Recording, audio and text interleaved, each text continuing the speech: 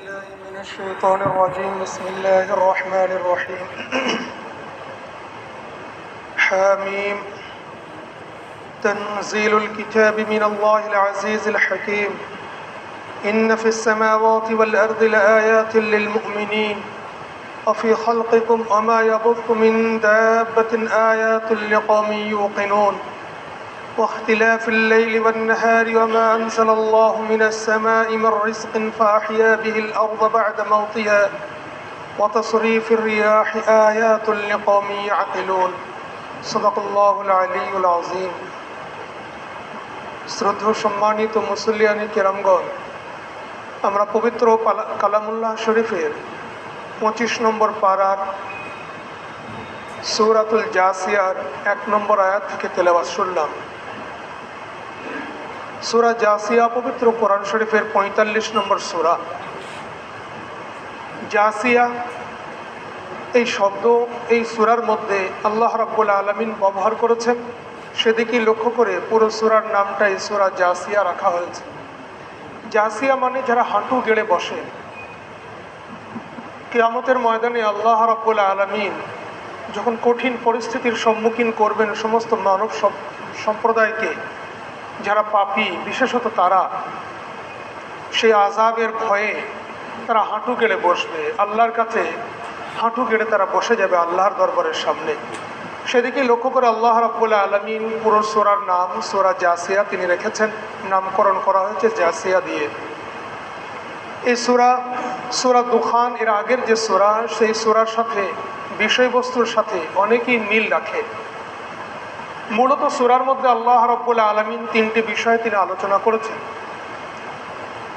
আল্লাহ রাব্বুল আলামিন মানুষকে বোঝাতে চেয়েছেন বিশ্ব সৃষ্টির স্রষ্টা এক আল্লাহ, দ্বিতীয় কেউই নন, একাধিকও নেই, আর নাস্তিকতাও নেই। আস্তিক বেখোদা না বা খোদা, আল্লাহ রাব্বুল আলামিন আছেন, তিনি এক এবং তিনি অদ্বিতীয়। অনেকেই বন্ধু তারা বলেন কেউই নাই, এগুলো প্রাকৃতিকভাবে এমনি হয়েছে। আল্লাহ রাব্বুল আলামিন বলেন না, এমনি হয়নি, তার কিছু নিদর্শন আজকের এই সূরার মধ্যে।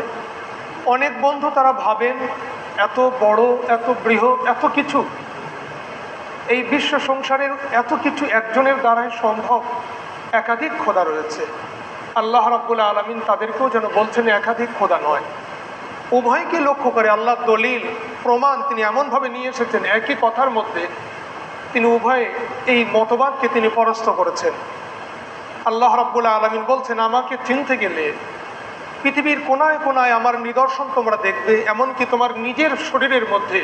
আল্লাহ অপর জায়গায় বলছেন, অফি আনফুসিকুম আফালা ইবসিরুন, তোমার নিজের শরীরের মধ্যে তোমাকে যে মেমোরি দেওয়া হয়েছে, মাথার যে মগজ, আমরা কথা স্মরণ রাখি।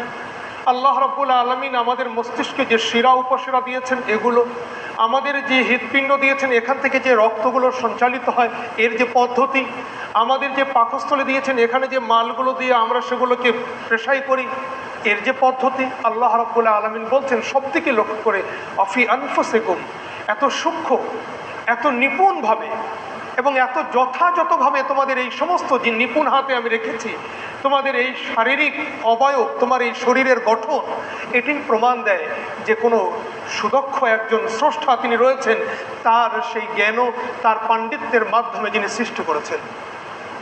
আল্লাহ রাব্বুল আলামিন আমাদেরকেই লক্ষ্য করে বলছেন যে আমি আমার মধ্যে যদি চিন্তা করি, মানুষকেই নিয়ে আমরা প্রমাণ পাব এত লক্ষ কোটি মানুষ, অগণিত অসংখ্য মানব মানবী, সমস্ত মানুষের হৃৎপিণ্ডের একই রকম, সবারই মস্তিষ্কের ধরন প্রায় একই রকম, সবার গঠন প্রায় একই রকম।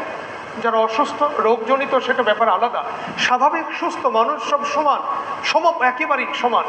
আল্লাহ রাব্বুল আলামিন বলছেন যদি একাধিক স্রষ্টা থাকতেন এক আল্লাহ ছাড়া, তাহলে কোন স্রষ্টা কোনো এক সময় দাবি করতে পারতেন, ওগো আল্লাহ তুমি স্রষ্টা, আল্লাহ ইবাদত করুন, যিনি নেই, কাল্পনিক, এটা বোঝানোর জন্যে তিনি দাবি করতেন যে আমি পছন্দ করি এই মানুষ যেটা আজকে তৈরি হবে, যারা এদের চোখ কান এদিকে থাকবে, তাদের ওটা ওদিকে থাকবে, তারা এই দাবি করতে পারতেন। কিন্তু কেউই তো নাই, এক আল্লাহ রাব্বুল আলামিন তিনি অদ্বিতীয়। যার কারণে এর আগে আমরা শুনে এসেছি আল্লাহ রাব্বুল আলামিন বলছেন একাধিক শতাধিক অনেকেই মানেন। এই শতাধিক দেবদেবী না মেনে যদি একের জায়গায় দুটো দেবী আমরা মানতাম, দুটো স্রষ্টা মানতাম, তাহলে এই বিশ্বভূমণ্ডল টিকিয়ে রাখা অসম্ভব হয়ে যেত। আল্লাহ খুব সহজ যুক্তি দিয়ে একেবারে, যেহেতু কোরআনের প্রথম শ্রোতা যারা ছিলেন, যারা কোরআনের একেবারে প্রথম যারা নবী পাক সাল্লাল্লাহু আলাইহি ওয়াসাল্লামকে শুনেছিলেন, তারা আমাদের মতো এত পণ্ডিত ছিলেন না, আমাদের মতো এত বিজ্ঞান নিয়ে আলোচনা তারা করতেন না, তারা জানতেনই না। নবী পাক সাল্লাল্লাহু আলাইহি ওয়াসাল্লাম যখন পবিত্র কোরআন নিয়ে আসছেন, তখন বলা হচ্ছে পুরো আরবের মধ্যে মাত্র 7টা কলম ছিল, অর্থাৎ 7 জন লেখক ছিলেন যারা লিখতে পারতেন। তো তাদের কাছে বিজ্ঞানের প্রশ্ন তো একেবারে কাল্পনিক, মানে অসম্ভব বললে হয়। তা আল্লাহ রাব্বুল আলামিন ঠিক সেই ধরনের মানুষকে সহজ সরল যুক্তি দিয়ে বোঝাচ্ছেন, দেখো সূর্য প্রত্যেক দিন আমরা দেখি সে পূব আকাশে ওঠে, পশ্চিম আকাশে ডোবে। পূর্ব দিকে তার উদয় হওয়ার স্থান আর পশ্চিম দিকে তার অস্ত যাওয়ার স্থান। যদি এক আল্লাহ ছাড়া অপর আর একটা আল্লাহ থাকতেন, তাহলে তিনি দাবি করতেন আজ থেকে 1 সপ্তাহ যাবৎ আকাশের পশ্চিম দিক থেকে সূর্য উদয় হবে আর পূর্ব দিকে গিয়ে সূর্য অস্ত যাবে। আর যে আল্লাহ আগে থেকে তিনি পূর্ব দিক থেকে উদয় করেন, পশ্চিম আকাশে তিনি অস্ত দেন, মানে সূর্যকে ডুবিয়ে থাকেন, সে আল্লাহ বলবেন না আমি এইভাবে। 2 আল্লাহর টানাটানিতে সূর্য লণ্ডভণ্ড হয়ে যেত, সূর্য টুকরো টুকরো হয়ে যেত। আমি আপনি সবাই, কোনো আল্লাহ বলতেন যে আজকের এই ছেলেটা এইভাবে কথা বলতে জন্মের পর থেকে, আজকে আমি আল্লাহ চাই এইভাবে বলবে, 2 আল্লাহ দুদিকে টানা পড়নে আমি সৃষ্টি ধ্বংস হয়ে যাব। সেই আমাদের বাংলা ভাষায় আমরা যেমন বলি, ষাঁড়ের ষাঁড়ের যুদ্ধে আমাদের ক্ষেত বা আমাদের পটল ক্ষেত সব নষ্ট হয়ে যায় 2 ষাঁড়ের যুদ্ধে। তো এখানেও ঠিক তদরূপ 2 খোদা যদি থাকতো, 2টো দেবী যদি, 2টো প্রভু যদি থাকতো, তাহলে সব সৃষ্টি লণ্ডভণ্ড হয়ে যেত। তো আল্লাহ রাব্বুল আলামিন বলছেন এই সমস্ত কিছুর বিরাজ, এরা যে টিকে আছে, এরা যে এত নিপুণভাবে রয়েছে, আর এই সুন্দরভাবে সৃষ্টি, এই কৌশল, এ যেমন প্রমাণ দেয় স্রষ্টা আছে, ঠিক এদের এই অস্তিত্ব, এদের টিকে থাকা, এদের মধ্যে ধ্বংস না আসা, এটাও প্রমাণ করে এক খোদা, একাধিক খোদা নয়। তো রব্বুল আলামিন বলছেন হামিম তানজিলুল কিতাবি মিনাল্লাহিল আজিজিল হাকিম।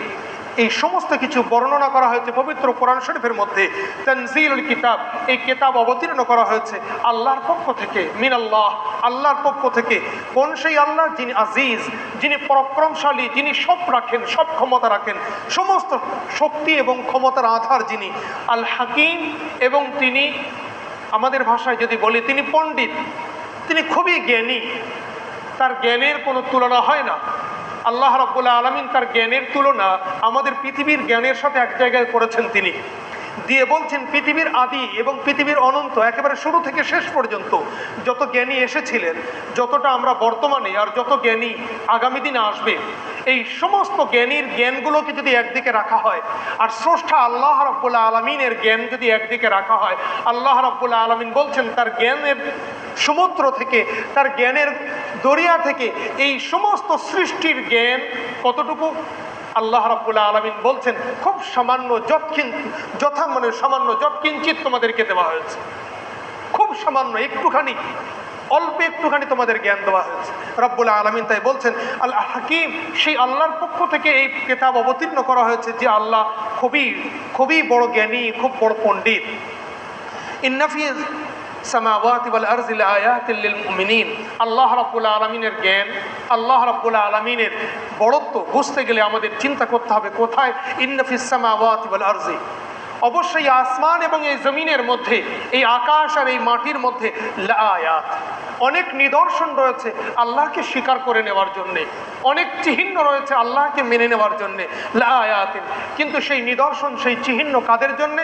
লিল মুমিনিন, মুমিনদের জন্যে, বিশ্বাসী যারা, তারা যারা বিশ্বাসই করেন না, যারা সত্য বিমুখ, সত্য জানার পরেও যারা স্বীকার করতে পারেন না, তাদের জন্য নিদর্শন কি? একেবারে চোখে আঙুল দিয়ে দেখালো তারা বলবে আমি মানছি না। আবু জেহেল গোষ্ঠী যারা সত্য বিমুখ, সত্যকে যারা স্বীকার করে না, সেই আবু জেহেল স্বয়ং সে নিজে নবী মুহাম্মদ মুস্তাফা সাল্লাল্লাহু আলাইহি সাল্লামকে কোনো এক পূর্ণিমার রাত্রে বলছেন, হে মুহাম্মদ, তুমি আল্লাহর পক্ষ থেকে দূত এবং নবী হিসেবে এসেছো। আল্লাহ রাব্বুল আলামিন হলেন বিশ্বনিয়ন্তা, তিনি সকল শক্তির আধার, তার পয়গম্বর, তার দূত, নিশ্চয়ই তিনি তোমাকেও অনেক ক্ষমতা দিয়েছেন। সেই ক্ষমতার একটা নিদর্শন যদি তুমি দেখাও, যেটা আমরা চাইছি, তাহলে আমরা সকলেই তোমাকে নবী বলে স্বীকার করে নেব। কি দেখাতে হবে? হুজুর পাক সাল্লাল্লাহু আলাইহি ওয়াসাল্লাম তিনি বললেন, জিজ্ঞাসা করলেন, আবু জেহেল চাঁদের দিকে দেখিয়ে বলল, ওই দেখো দূর আকাশে যে পূর্ণিমার চাঁদ দেখতে পাচ্ছ, ওই চাঁদটাকে দুটো টুকরো করে দাও। এই যে সামনের পাহাড়, একটা টুকরো চলে যাবে পাহাড়ের এই প্রান্তে, আর এক টুকরো যাবে ওইদিকে। আল্লাহ নবী সাল্লাল্লাহু আলাইহি সাল্লাম বোঝালেন যে আল্লাহ রাব্বুল আলামিনের কাছে এইভাবে চ্যালেঞ্জ করে হেদায়েত চাওয়া যায় না, এটা তুমি করো না। পূর্ববর্তী জমানায় অনেক পূর্বের মানুষেরা তারা নবীদের কাছে এইভাবে মুজিজা, অলৌকিক মিরাকেল তারা দাবি করেছিলেন, আর তারা স্বীকার করেননি, মেনে নেননি, তারা ধ্বংস হয়েছেন, আল্লাহর শাস্তি এসে যায়। সে স্বীকার করলো না, মানলো না। আল্লাহ নবী সাল্লাল্লাহু আলাইহি সাল্লাম আল্লাহর কাছে দোয়া করলেন এবং চাঁদের দিকে ইশারা করলেন আঙ্গুল দিয়ে, চাঁদ দুটুকরো হয়ে গেল, চাঁদ দুটুকরো হয়ে গেল। যারা সেখানে সাহাবা হুজুর ছিলেন তারা সেজদায় পড়ে গেলেন, আল্লাহকে শুকরিয়া জানালেন, যোগ আল্লাহ তোমার ক্ষমতা অপার ক্ষমতা, তুমি তো স্রষ্টা, তোমার সৃষ্টি মোহাম্মদ তার আঙ্গুলের ইশারায় যদি তুমি এত ক্ষমতা রাখতে পারো, তুমি স্রষ্টার কত না ক্ষমতা রয়েছে, আমরা তোমাকে স্বীকার করে নিচ্ছি। তাদের ঈমান আরো বেড়ে গেল। আর আবু জেহেল দাঁড়িয়ে দাঁড়িয়ে মস্করা করতে করতে বলল, নাউজুবিল্লাহ, আল্লাহ আমার আপনার সকলের জুবানকে হিফাজত করুন। আবু জেহেলের কথাটা কেবল বোঝানোর জন্য আবু জেহেল সে আমার নবীকে দেখিয়ে বললে, হে মুহাম্মদ, এতদিন দেখেছিলাম তুমি পৃথিবীর মানুষের উপরে জাদু করছো, এখন দেখছি তুমি আকাশেও জাদু করতে শিখে গেছো, তোমার জাদুবিদ্যা তো বড় ভয়ঙ্করী। নাউজুবিল্লাহ, আল্লাহ হিফাজত করুন। তো যারা সত্য বিমুখ তাদেরকে আপনারা যেমন ভাবেই দেখান না কেন সে স্বীকার করবে না। পবিত্র কোরআন শরীফের এক আয়াতে আল্লাহ রাব্বুল আলামিন তাই বলছেন, যারা কোরআন স্বীকার করে না, সত্য জিনিস প্রকাশ হওয়ার পরও মেনে নেয় না, আমি যদি আমার নবী মুহাম্মদ কেন আকাশ থেকে স্বয়ং জিবরাইলকে পাঠাই, স্বয়ং জিবরাইল যদি কিতাব হাতে নিয়ে তার সামনে দাঁড়িয়ে বলে আমি জিবরাইল, আমি আকাশ থেকে এসেছি, তারপরেও সে মানবে না। সে মারা যাবে, কবর দেবে, তাকে কবর থেকে যদি আমি তুলি তারপরেও সে স্বীকার করবে না, স্বীকার করবে না এরা। তো আল্লাহ রাব্বুল আলামিন তাই বলছেন, এই সবের স্বীকার সবকিছুই হবে, তোমরা বিশ্বাস নিয়ে আসো। লিল মুমিনিন, যারা ঈমানদার, যারা ঈমান গ্রহণ করেন তাদের জন্য। অফি খালকিকুম আমা ইয়াবুসু মিন দাব্বাতিন আয়াতুল লিকাওমি ইউকিনুন। আল্লাহ রাব্বুল আলামিন বলছেন, আমার নিদর্শন অনেক দূর আকাশে, তোমরা অনেকেই ভাবছো এত দূরের নিদর্শন।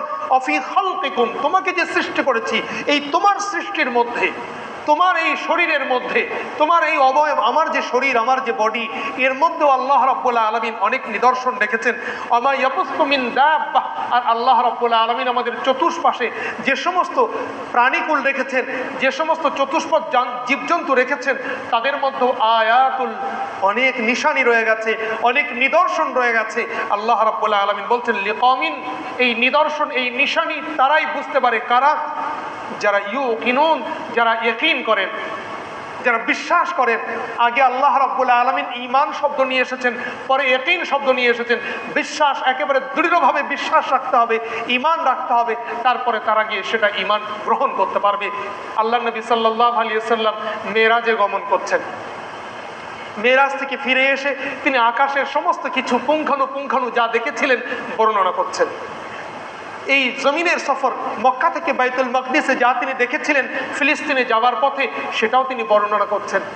আল্লাহ নবীর সাহাবা হুজুর যারা ছিলেন তারা তো বিশ্বাস করলেন, আর যারা বেঈমান আবু জেহেল গোষ্ঠীর, তারা মোটেই মানল না। তারা দাবি করলে এবং মুচকি হেসে তারা বলে উঠল, মুহাম্মদ পাগল, নাউজুবিল্লাহ।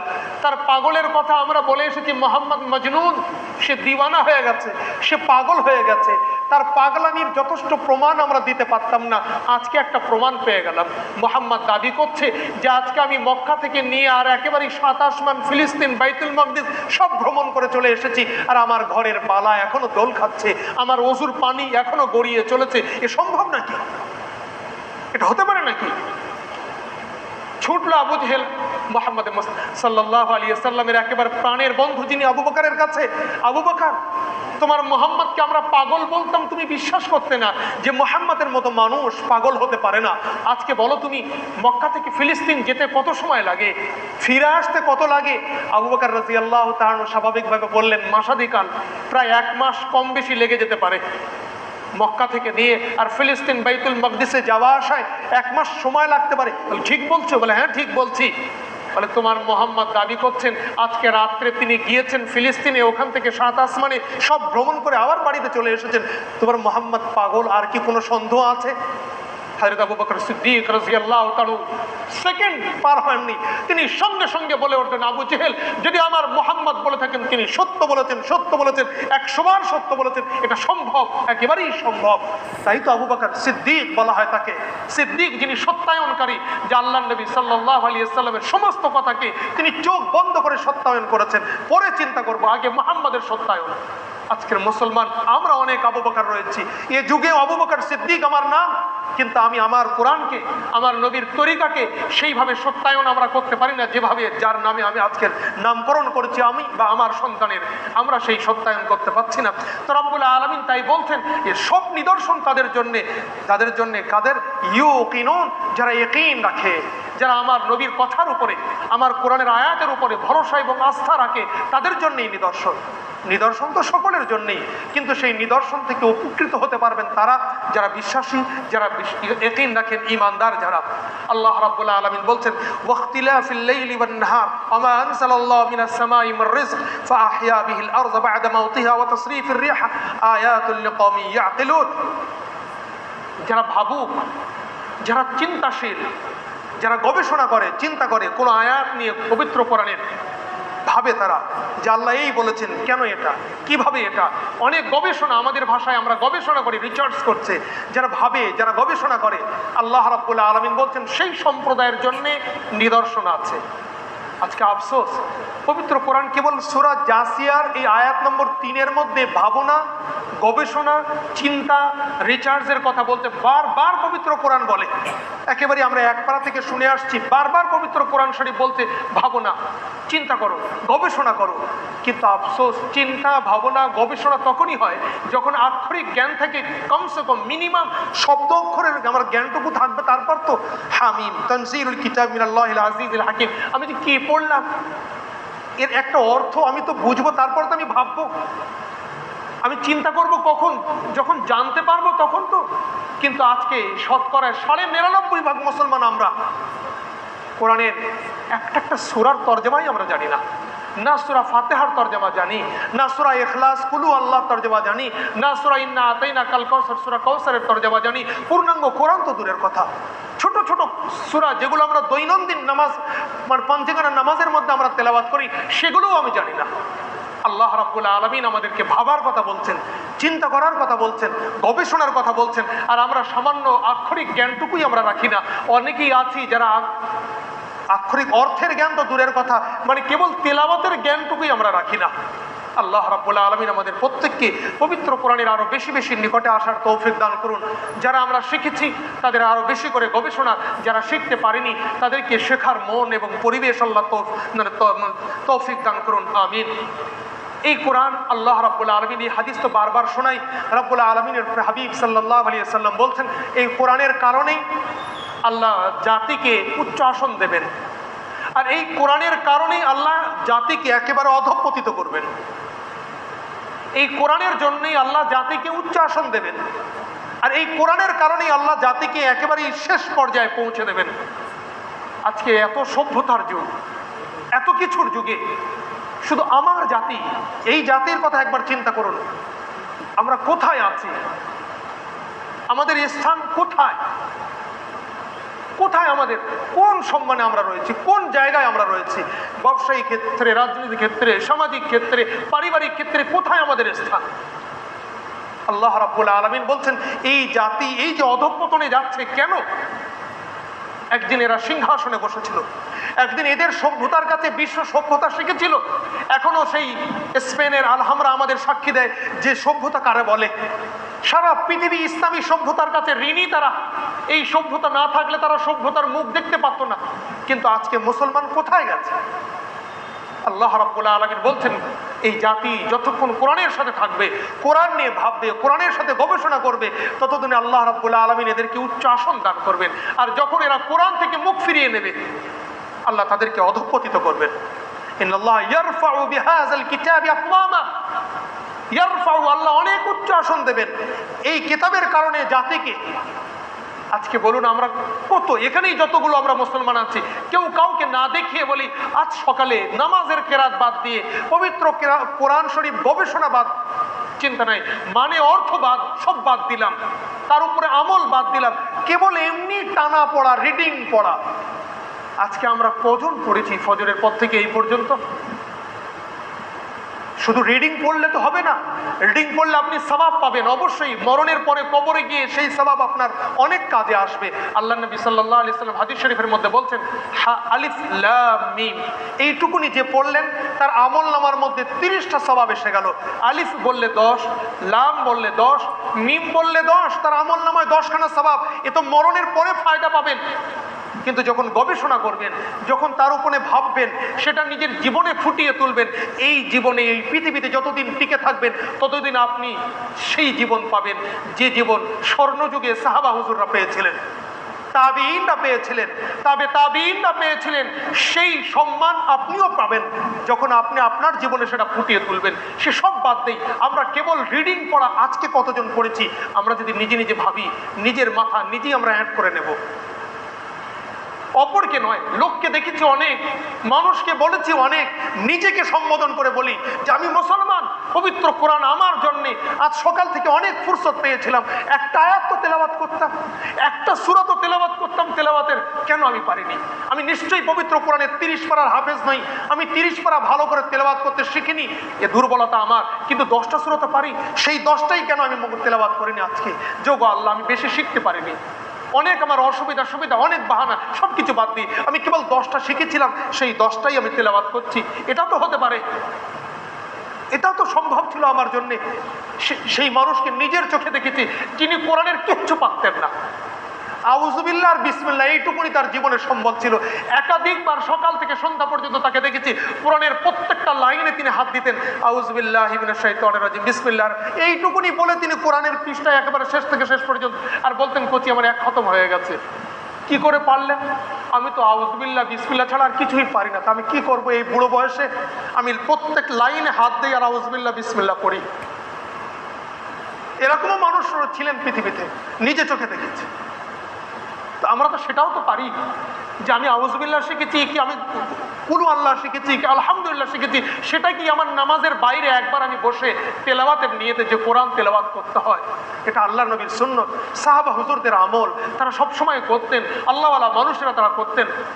আমি একবার করি, আমার এইটুকুনি সম্বল, আমার এইটুকুনি জ্ঞান, আমি ওইটাই করি, পারলে আরো বেশি করব, সেটাও কেন করি না? এই দুর্বলতা, এই অলসতার কি বাহানা করবেন? কি জবাব দেবো আমরা আল্লাহর কাছে? আল্লাহ সকলকে আমাদেরকে বেশি বেশি করে কোরআন শরীফের ভাবনার তৌফিক দান করুন। তো রব্বুল আলামিন বলছেন, আয়াতুল লিকাওমি ইয়াকিলুন, যারা গবেষক, যারা চিন্তাশীল, যারা ভাবুক, তাদের জন্য নিদর্শন রয়েছে। কোথায়? ওয়াখতিলাফিল লাইলি ওয়ান নাহার, এই রাত এবং দিনের যে সময় পরিবর্তন হয়, কখনো রাত বড়, কখনো দিন ছোট। ওমা আনজালাল্লাহু মিনাস সামাই মির রিজক ফাহইয়া বিহিল আরযা বা'দা মাউতিহা, এই শুষ্ক জমিন, একেবারেই মরা মাটি, শুষ্ক জমিনের উপরে আল্লাহ আসমান থেকে বারিধারা বর্ষণ করেন, বৃষ্টির পানি বর্ষণ করেন, আবার সেই শুষ্ক জমিনকে তিনি সজীব করে তোলেন। এই শুষ্ক জমিনকে, ফুটি ফাটা মাটিকে তিনি সজীব করে একেবারে সেখানে সবুজ শ্যামল ঘাসে বা অন্য কিছুতে তরুলতায় ভরে যায়। এই যে এর মধ্যে আল্লাহ রাব্বুল আলামিন বলছেন নিদর্শন রয়েছে সেই আল্লাহ রাব্বুল আলামিনের। মূলত এই জায়গাতে এসে কাফেরদের একটা জবাব দিয়েছেন আল্লাহ রাব্বুল আলামিন। জবাব দিয়েছেন তিনি, কাফেররা তারা বারবার বলতো যে মানুষ ধ্বংস হয়ে যাবে, মারা যাবে, মাটির সাথে মিশে যাবে, তাদেরকে আল্লাহ আবার কি করে সৃষ্টি করবেন? আল্লাহ রাব্বুল আলামিন পবিত্র কোরআনে এই উদাহরণটা একাধিক জায়গায় নিয়ে এসেছেন যে ঘাসগুলো তোমরা দেখো খরাগড় অবস্থায়, যখন গ্রীষ্মকাল চলে আসে, জ্যৈষ্ঠ বৈশাখ মাসে একেবারে পানি হয় না, ওই ঘাসগুলো চূর্ণ বিচূর্ণ হয়ে যায়, হাওয়া আসে তাকে উড়িয়ে নিয়ে কোথায় চলে যায়, পশু পাখি খেয়ে নেয় তাকে। আবার যখন বর্ষার পানি আকাশ থেকে আসে, যে মাটি ফুটি ফাটা হয়েছিল, যে ঘাসের অস্তিত্ব শেষ হয়ে গিয়েছিল, সেই মাটি থেকে আবার সবুজ ঘাস ভরে যায়। তো ঠিক তদরূপ যে কবরে আজকে আমাকে তোমাকে দাফন করা হবে, আমাদের সমস্ত মানুষকে দাফন করা হবে যে কবরে, সেই কবরে আল্লাহ রাব্বুল আলামিনের আদেশ আসার পরে, ইসরাফিলের সিংহায় ফুঁক দেওয়ার পরে, আবার ওই কবর থেকে যেমন এই মাটি থেকে ঘাসের চারা বাহির হয়, ওই কবর থেকে আমি মানুষ, আমরা আবার ঠেলে উঠবো, যেমন আমাদের দাফন করা হয়েছিল। মিনহা খালাকনাকুম ওয়া ফিহা নুঈদুকুম, এই মাটিতেই দাফন হয়েছি, এই মাটি থেকে আবার ঠেলে উঠবো। তো আল্লাহ রাব্বুল আলামিন বলছেন ওই ঈমানের কথার নিদর্শন তোমরা পাবে। ওমা আনজালাল্লাহু মিনাস সামাই মির রিজক, আল্লাহ রাব্বুল আলামিন আসমান থেকে যে রিজিক অবতীর্ণ করেছেন সেই রিজিকের মাধ্যমে তিনি এই জমিনকে আবার সজীব করেছেন। আল্লাহ রাব্বুল আলামিন পানি শব্দ আরবি ভাষায় মা আসে, মা উন মিম আলিফ হামজা, কিন্তু এখানে আজকের আয়াতে আল্লাহ রাব্বুল আলামিন রিজিক শব্দ ব্যবহার করেছেন। আনজালনা মিনাস সামাই মির রিজকিন, আসমান থেকে রিজিক অবতীর্ণ করেছি। রিজিক বলে আল্লাহ রাব্বুল আলামিন বোঝাতে চাইছেন যে পৃথিবীর মানুষ যত কিছু আমরা ভক্ষণ করি, যা কিছু খাই, এই আমাদের খাদ্যবস্তু যত, এই সমস্ত খাদ্যের তৈরি যেটা উৎপাদন হয়, তৈরি হয় চাষের মাধ্যমে বা যেখান থেকে আসুক না কেন, তার জন্যে কিন্তু আমাদের পানির প্রয়োজন পড়ে। পানি ছাড়া কোনো তরুলতা, কোনো গাছগাছালি, কোনো ফসল ফলাদি কিছুই হতে পারে না। তো আল্লাহ রাব্বুল আলামিন বলছেন আসমান থেকে আমি পানি নাজিল করেছি, ওটা পানি নয়, ওটা রিজিক দিয়েছি। ওই পানির মাধ্যমে তোমাদের সমস্ত চাষবাস, তোমাদের সমস্ত ফল ফসলি সব ওর দ্বারাই আমি তৈরি করি, আর তোমরা সেটাকে ভক্ষণ করো। তাই আল্লাহ রাব্বুল আলামিন মির রিজকিন বলেছেন, মির রিজকিন ফাহইয়া বিহিল আরযা বা'দা মাউতিহা ওয়া তাসরিফির রিয়াহ, এবং হাওয়ার দিক পরিবর্তন করেন তিনি, বায়ুর গতি পরিবর্তন করেন তিনি। এই গতি পরিবর্তনের মধ্যে আল্লাহ রাব্বুল আলামিন নিদর্শন রেখেছেন তাদের জন্য যারা ভাবুক, যারা চিন্তাশীল। তিলকা আয়াতুল্লাহ, এই সবগুলো আল্লাহর আয়াত, আল্লাহর পবিত্র কোরআন শরীফের আয়াত বা আল্লাহর নিদর্শন। নাতলুহা আলাইকা বিল হক, আপনার সামনে, অর্থাৎ ওগো নবী আপনার সামনে, এখানে কেবল নবী নয়, নবী বলে সমস্ত উম্মতি, ওগো মানুষ তোমার সামনে এটাকে তেলাওয়াত করা হচ্ছে সত্য সত্য যথাযথভাবে। বিল হাক্কি, যেমন হওয়া উচিত ছিল তেমন ভাবেই তোমাকে এই আয়াত শোনানো হচ্ছে। ফাবিআইয়ি হাদিসিম বা'দাল্লাহ ওয়া আয়াতি ইউমিনুন, আল্লাহ রাব্বুল আলামিন বলছেন আমি আল্লাহ যে আছি এবং আমি যে অদ্বিতীয়, আমি এতগুলো নিদর্শন তোমাদের আমার আয়াতের মাধ্যমে শোনাচ্ছি, বলো এই আয়াত শোনার পরে তোমরা আর কোন দেবীর প্রতি বিশ্বাস রাখবে? ফাবিআইয়ি হাদিসিম বা'দাল্লাহ ওয়া আয়াতি ইউমিনুন, এই আয়াত এবং এই ধরনের কথা শোনার পরে আর কাকে তোমরা বিশ্বাস করতে পারো? আল্লাহ ছাড়া আর তো কোনো বিশ্বাসের জায়গা নেই। অর্থাৎ একাধিক প্রভু মানা উচিত না, আর একেবারে নাস্তিক হওয়া ওর কোনো উচিত নেই। ওয়াইলুল লিকুল্লি আফফাকিন আসিম, এরপরেও যারা আল্লাহকে এক বলে স্বীকার করে না বা আল্লাহর অস্তিত্বই মানতে চায় না, তারা হলো বড় মিথ্যুক, তারা গুনাহগার। আল্লাহ রাব্বুল আলামিন বলছেন যারা আল্লাহর অস্তিত্বের অস্বীকার করেন, আল্লাহ কেউ আছেন এটা যারা মানতেই চান না, যারা নাস্তিক, তারা মিথ্যুক, তারা আল্লাহকে অস্বীকার করেন। আর ঠিক তদরূপ তারাও মিথ্যুক যারা আল্লাহকে স্বীকার করার সাথে সাথে বলেন এত বড় এই বিশ্বভূমণ্ডল, এই আকাশ জমিন, এত কিছু, এই বিশ্ব সংসার সামলানো একজনের দ্বারাই সম্ভব নয়, একাধিক প্রভু রয়েছেন। আল্লাহ রাব্বুল আলামিন বলছেন আল্লাহর সাথে শরীক করে তারাও গুনাহ করেছেন। অকুল ওয়াইলুল লিকুল্লি আফফাকিন আসিম, ওয়াইলুন, আমার অভিশাপ, আমার শাস্তি তাদের জন্য, লিকুল্লি আফফাকিন, সেই সমস্ত ধৃষ্টতাকারী, সেই সমস্ত মিথ্যুক, আল আসিম যারা গুনাহগার, তাদের জন্য আমার ওয়াইল, আমার শাস্তি রয়েছে। ইয়াসমাউ আয়াতিল্লাহি তুতলা আলাইহি সুম্মা ইউসিররু মুস্তাকবিরান কাআল্লাম ইয়াসমাআহা ফাবাশশিরহু বিআযাবিন আলীম। আল্লাহ রাব্বুল আলামিন সূরাতুল জাসিয়ার ৮ নম্বর আয়াত, এই আয়াত মূলত অবতীর্ণ হয়েছে কাফেরদের জন্য, যারা মোটেই আল্লাহকে বিশ্বাস করে না, যারা নবী মুহাম্মদ সাল্লাল্লাহু আলাইহি সাল্লামকে মোটেই স্বীকার করে না, নবী বলে মানে না, তাদের জন্য আসলে এই আয়াতটা অবতীর্ণ হয়েছে। তারা নবীর মুখে আল্লাহর কথা, এই আয়াতগুলো শোনে, আখিরাতের কথা শোনে, শোনার পরে তারা একেবারেই অবলীলায় তাহলে বলে দেয় যে আমরা আখিরাত বিশ্বাস করি না, আল্লাহকে মানি না, নবী মুহাম্মদ আপনাকে অস্বীকার করি না, নাউজুবিল্লাহ, আল্লাহ আমাকে আপনাকে সকলকে হেফাজত করুন। তাদের জন্য এই কথা। কিন্তু আল্লাহ বাচন ভঙ্গি, বলার ঢং এমনভাবে নিয়ে এসেছেন যেন আমাদের মধ্যেও, আমাদের জন্য, অনেকের জন্য হয়ে যায়। আজকে যখন মুসলমানের কাছে আয়াত তেলাওয়াত করা হয়, যোগ মুসলমান নামাজ ছেড়ো না, নামাজ তোমার জন্য অপরিহার্য, দিনে 5 বার, সে মাথা নত করে শুনে নিল, চলে গেল। সে মনে মনে ভাবতে ভাবতেই বার হচ্ছে মসজিদ থেকে, শুক্রবারের দিনেই সময় পাই, বাকি 5 আর 7 দিন সময় নেই 5 ওয়াক্তের, ও থাক, মাওলানা সাহেব বললেন ওই পর্যন্ত। যখন কোনো মুসলমানকে শোনানো হচ্ছে ওগো মুসলমান, তুমি আল্লাহ তোমাকে ধন দিয়েছেন, এই ধনের উপরে পাই টু পাই পুঙ্খানুপুঙ্খানু হিসাব করে যাকাত আদায় করা এবং ন্যায্য জায়গায়, যথেষ্ট জায়গায় পৌঁছে দেওয়ার দায়িত্ব তোমার। তারা এসে তোমার কাছ থেকে নেবে নয়, তোমাকে গিয়ে পৌঁছে দিতে হবে, এই দায়িত্ব তোমার। সেই মুসলমান বলতে পার মসজিদের সিঁড়িতে পা দিয়ে যায়, আর সে ভাবে পুঙ্খানুপুঙ্খানু হিসাব কি সম্ভব? একটা দেই, আমি দিয়ে দেই, যেমন দেই ওইভাবেই দেবো, আর কি করা যাবে, এলে দেবো। যাকাতের গুরুত্ব তার কাছে নেই। মুসলমান যখন হজের সূরা সূরাতুল হজ, পবিত্র কোরআন শরীফের একটা সূরার নামই আল্লাহ দিয়েছেন সূরা হজ, যে মুসলমান সাবালক এবং সুস্থ সবল এবং তাকে বিদেশ মক্কা পর্যন্ত যাওয়ার পথে কোনো প্রতিবন্ধক বাধা নেই, যেমন বর্তমানে হয়ে যাচ্ছে আজ 2 বছর, গত বছর আর এই বছরে এখন একটা সন্দেহ রয়েছে, প্রশাসনিকভাবে মানে টেকনিক্যালিভাবে বাধা রয়ে গেছে, যেতে দিচ্ছে না তারা। এইরকম কোনো বাধা নেই, স্বাভাবিক একদম, আমি ইচ্ছা করলে যেতে পারি।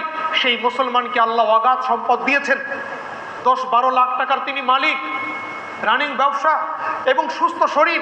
তাকে যখন সে পবিত্র সূরা হজের আয়াত শুনছে যে মুসলমান তোমাকে আল্লাহ অর্থ দিলে প্রথম ফুরসতে কাবা শরীফে গিয়ে হজ করা তোমার জন্য অপরিহার্য, সেই মুসলমান মসজিদের সিঁড়িতে পা দিয়ে বার হচ্ছে। ছেলেটা এবার মাধ্যমিক দেবে, মেয়ের বয়স 16, বিয়েটা না দিয়ে যায় কি করে? ছেলেটাকে একটা ব্যবসার দোকান না করে দিয়ে যায় কি করে? হজের গুরুত্বর তার কোনো মূল্য নেই, ছেলের ব্যবসার গুরুত্ব, হজের গুরুত্ব, কোরআনের আয়াতের তার মূল্য নেই, মেয়ের বিয়ের ব্যবস্থা তার কাছে গুরুত্ব বেশি। আল্লাহ যেন এই সমস্ত মুসলমানের জন্যই তিনি বলছেন ইয়াসমাউ আয়াতিল্লাহ, এই সমস্ত মানুষ তারা আল্লাহর আয়াতগুলোকে শোনে, তুতলা আলাইহিম, তাদের সামনে তেলাওয়াত করা হয়, সুম্মা ইউসিররু, তারা হঠধর্মী করে থাকে, মুস্তাকবিরান, অহংকার করে। কি করবে মৌলভী সাহেব, আমাকে হজে না গেলে কিছুই করতে পারবে না, আমরাই তো মাইনা দেই ইমাম সাহেবকে। সেই ইমাম সাহেব আমাকে হজে যেতে বলছেন বারবার, একেবারে মাথার উপরে বসে রয়েছেন, যেন কি করবেন, যাবো না এই বস্ত্রে, মেয়েটার বিয়ে দিয়ে তারপরে যাব, ছেলেটাকে দোকান করে দিয়ে তারপরে যাব। ইসিররু মুস্তাকবিরান, সে নিজের সিদ্ধান্তে অটল থাকে অহংকারের সাথে। আল্লাহ রাব্বুল আলামিন বলছেন তারা যেন পবিত্র কোরআনের আয়াত সে শুনলই না, কাল্লাম ইয়াসমাহা, সে পবিত্র আয়াত তার কানে প্রবেশই করলো না। রব্বুল আলামিন এই সমস্ত মানুষের জন্য নির্বিশেষে, আয়াত মূলত কাফের বেঈমানদের জন্য হয়েছে, কিন্তু আজকের মুসলমানের স্বভাব সেই বেঈমানদের চরিত্রের মতো হয়ে যাচ্ছে। সকলের জন্য আল্লাহ রাব্বুল আলামিন বলছেন ফাবাশশিরহু বিআযাবিন আলীম, এদেরকে সুসংবাদ দিয়ে দাও কঠিন আযাবের জন্য, যন্ত্রণাদায়ক আযাবের জন্য। ফাবাশশিরহু, সুসংবাদ দিয়ে দাও এদেরকে। সুসংবাদ হতে পারে না। আমরা অনেকেই ভাবছি যারা কোটিপতি তাদের জন্য তাহলে কোরআন শরীফ এইরকম, অনেকেই আমরা এখানে রয়েছি যারা বন্ধক নিয়ে থাকি। আল্লাহ রাব্বুল আলামিন পবিত্র কোরআনের মাধ্যমে, হাদিস শরীফের মাধ্যমে রাসূল পাক সাল্লাল্লাহু আলাইহি সাল্লাম বলছেন আপনি কাউকে পয়সা ধার দিয়েছেন, সে আপনাকে ফাঁকি দিতে পারে, লোকটা ভালো নয়, আপনার পয়সা মার যেতে পারে, আপনার উপার্জন খুবই কষ্টের পয়সা, এটা মার যাবে, আপনিও সহ্য করতে পারছেন না, শরীয়ত আপনাকে হুকুম দিয়েছে আপনি তার কাছ থেকে কিছু জিনিস নিয়ে নেন, সমমূল্যের বা একটু বেশি মূল্যের, যেটা সে রাজি হয়। সে ফাঁকি দিয়ে গেলে এর দ্বারা, এই জিনিসের দ্বারায় আপনি আপনার ধার দেওয়া, কর্জা দেওয়া পয়সা আপনি আদায় করতে পারবেন। আপনি 10 লাখ টাকা ধার দিয়েছেন, তার কাছ থেকে গাড়ি নিয়েছেন, বাড়ি নিয়েছেন, কি জমি নিয়েছেন, যেটা আমরা সচরাচর নিয়ে থাকি, জমি নিয়েছি তার কাছ থেকে 1 বিঘা, সে ফাঁকি দিয়ে চলে গেলে তার জমি আমি বিক্রি করে এটার দ্বারাই আমি পয়সা উসুল করে নিতে পারবো, এটা তো ঠিক আছে। কিন্তু ওই বন্ধকি জমিনের উপরে যে আমরা চাষ করে একেবারে এমনি খেয়ে নিচ্ছি, 10 বছর পরে সেই ভাই আমাকে নগদ 1 লাখ টাকা নিয়েছিলেন, 1 লাখ ফেরত দিলেন, আমি তাকে 1 বিঘা নিয়েছিলাম, 1 বিঘা দিয়ে দিলাম। কিন্তু এই 10 বছরে 1 বিঘা জমি থেকে যে প্রত্যেক মাসে 1000 করে আমি টাকা উপার্জন করেছি, এটা কিসের? আপনি 1 লাখ দিয়েছিলেন, 1 লাখ পেয়েছেন, সে 1 বিঘা জমি দিয়েছিল, সে 1 বিঘা জমি পেয়েছে, সমান সমান হয়ে গেল, মাঝখান থেকে আপনি যে উপকৃত হচ্ছেন, এটা কিসের? এটা চলে না। শরীয়তের ভাষায় এটা হারাম। যখন কোরআন হাতে নিয়ে, হাদিস শরীফ নিয়ে মাওলানা সাহেবরা বোঝান, মৌলভী সাহেব সে শোনে, হাজি গাজি মাথায় টুপি, তারপরেও সে নির্দ্বিধায় এই সমস্ত খেতে থাকে।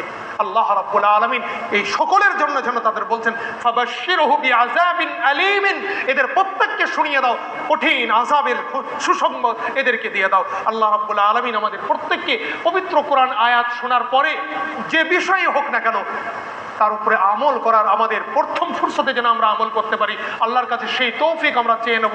আল্লাহ আমাকে, আপনাকে, সকলকে কোরআনের উপরে আরো বেশি করে আমলের তৌফিক দান করুন, আমিন।